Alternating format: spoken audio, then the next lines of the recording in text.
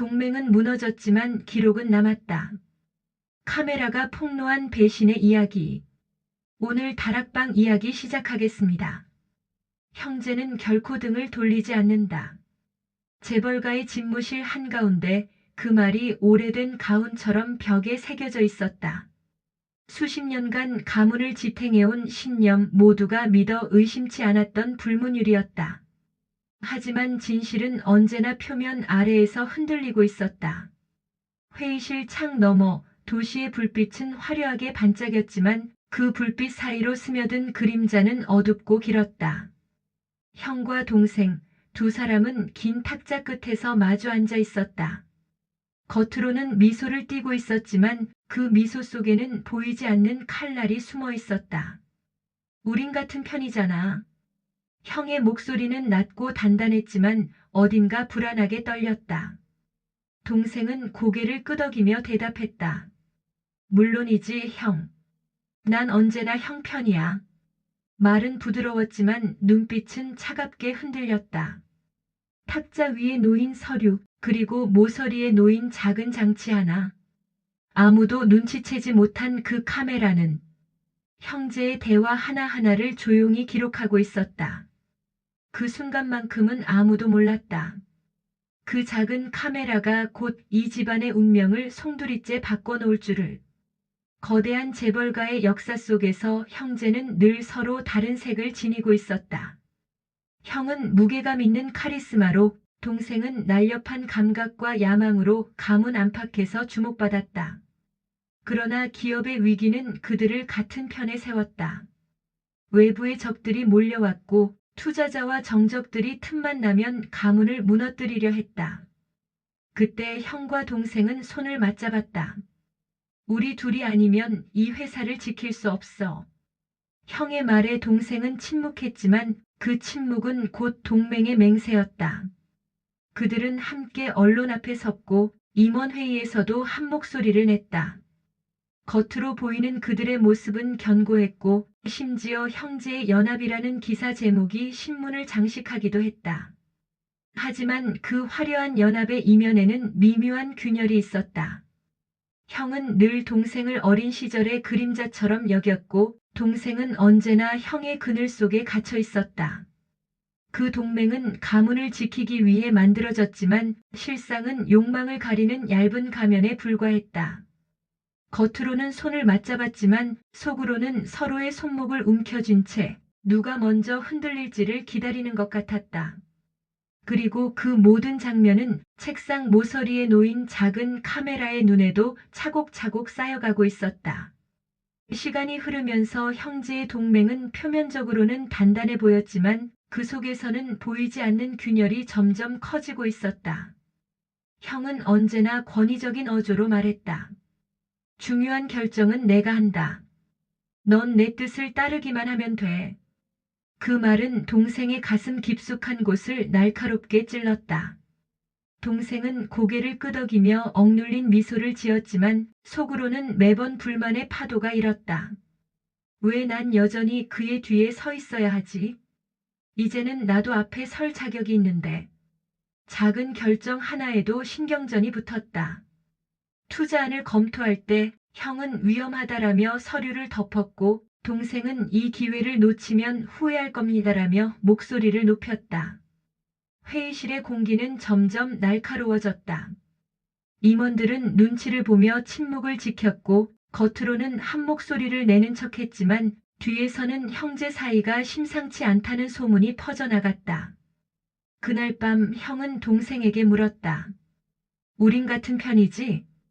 잠시의 정적 끝에 동생은 웃으며 답했다. 형, 무슨 말이야? 난 언제나 형 편이지. 그러나 그 웃음은 입술에만 걸려 있었다. 눈빛 속에는 이미 멀어진 신뢰의 그림자가 어른거리고 있었다. 그리고 그 순간도 어김없이 책상 위의 작은 카메라에 고스란히 담기고 있었다. 빛을 내지 않고 조용히 깜빡이는 그 눈이 마치 모든 진실을 알고 있다는 듯이. 동맹은 겉으로만 굳건했을 뿐 동생의 마음은 이미 다른 길을 걷고 있었다. 그는 은밀히 움직였다. 형 몰래 비밀 미팅을 주선했고 독자적인 계약 문서를 책상 아래에서 주고받았다. 그의 손끝은 떨리지 않았다. 오히려 오래 기다려온 순간을 즐기듯 차분했다. 형은 모를 거야. 이제는 내가 나만이 이 회사를 움직인다.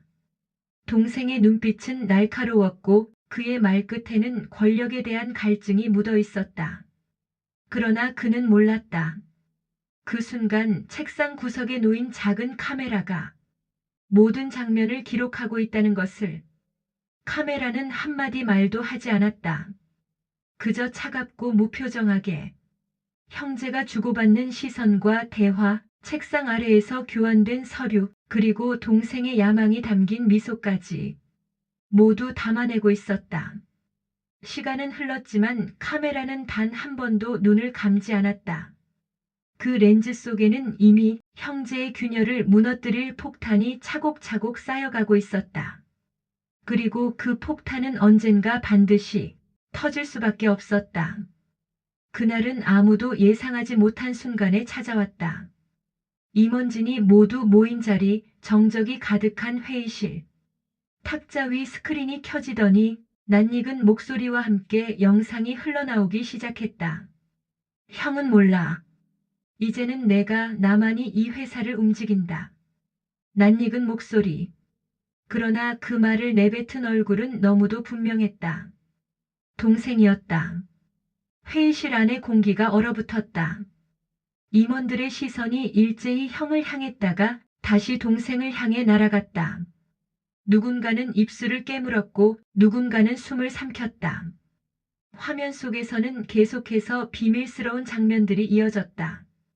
책상 밑에서 오간 서류, 밀실에서 오간 은밀한 악수, 그리고 권력에 취해 미소 짓던 동생의 얼굴. 형의 손이 떨렸다. 그토록 믿고 싶었던 동맹이 사실은 날카로운 칼끝을 감춘 배신이었음을 세상 앞에 증명해버린 것이다. 동생은 얼굴이 하얗게 질렸다. 이건 조작이야. 그의 목소리는 갈라졌고 눈빛은 흔들렸다. 그러나 카메라는 거짓말을 하지 않았다. 모든 진실은 이미 기록되어 있었다. 그 순간 형제의 동맹은 돌이킬 수 없이 무너졌다.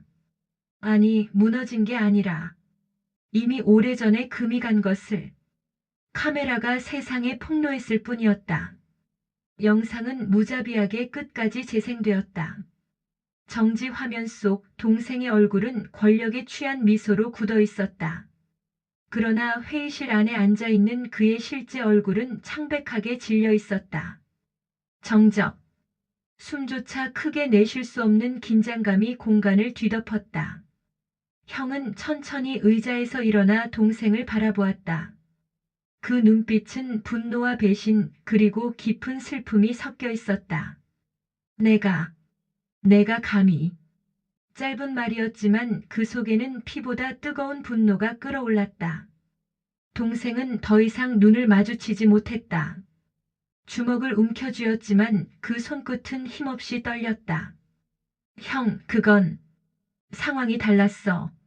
난. 그러나 그의 변명은 끝까지 이어지지 못했다. 임원진들은 서로의 눈치를 보며 웅성거렸다. 누군가는 고개를 숙였고 누군가는 손가락으로 탁자를 두드리며 불안을 감췄다. 더 이상 이 싸움은 형제만의 문제가 아니었다. 기업 전체를 뒤흔드는 폭풍이었다. 형은 목소리를 높이지 않았다. 그러나 낮고 단단한 그의 말이 오히려 천둥보다 크게 울려 퍼졌다. 내가 원하는 건 회사가 아니라 권력이었지. 동생은 고개를 숙인 채 눈을 감았다. 말없이 흐르는 시간이 그 어떤 변명보다 잔인하게 진실을 증명했다. 그날 회의실은 폭풍의 눈 속에 서 있는 듯 고요하면서도 무너져 내리고 있었다. 정적을 찢은 것은 형의 목소리였다. 탁자를 두드리며 터져나온 한마디. 너마저 나를 배신했어? 그 목소리에는 분노보다도 더 깊은 절망이 섞여 있었다. 평생을 함께 달려온 동생, 등을 맡기고 함께 싸워온 단짝.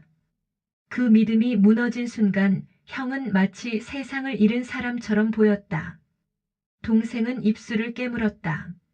말을 꺼내려 했지만 목구멍이 막힌 듯 어떤 단어도 입 밖으로 나오지 않았다.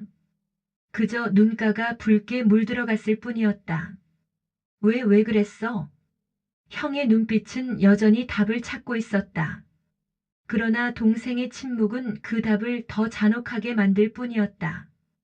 임원들은 숨을 죽인 채 두 사람을 바라봤다. 회의실의 공기는 찢어질 듯 팽팽했다. 누군가 한마디만 해도 무너져 내릴 듯한 분위기. 마침내 동생이 낮게 입을 열었다. 형의 그늘에서 더는 살 수 없었어. 그 말은 칼날이었다. 형의 가슴을 깊숙이 찌르고 남아있던 마지막 믿음마저 산산이 부숴버렸다. 형제라는 이름은 이미 힘을 잃었다. 그날 그 회의실에서 피로 맺어진 인연보다 욕망이 더 잔혹하다는 진실이 선명하게 드러났다. 영상이 꺼지고 회의실은 다시 정적에 잠겼다. 그러나 그 침묵은 처음의 침묵과는 달랐다. 이제는 무너진 신뢰와 무겁게 가라앉은 배신의 잔해만이 남아있었다. 형은 더 이상 동생을 바라보지 않았다. 그 눈빛은 허공을 응시한 채 깊은 피로로 젖어 있었다. 그의 가슴 속에는 분노보다도 더 깊은 상실감이 자리 잡고 있었다. 동생은 고개를 숙였다. 그가 지키고자 했던 권력, 그토록 갈망했던 자리는 눈앞에 있었지만 이제 그 자리에 오를 자격조차 잃어버린 듯 보였다.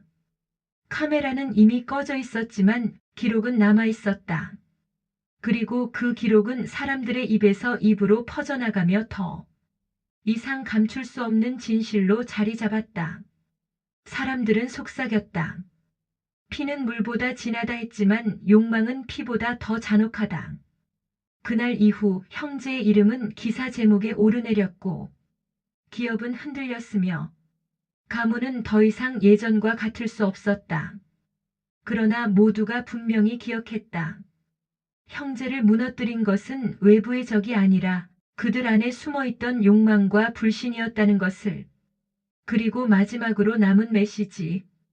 피는 언제나 흐르지만 진실은 끝내 사라지지 않는다.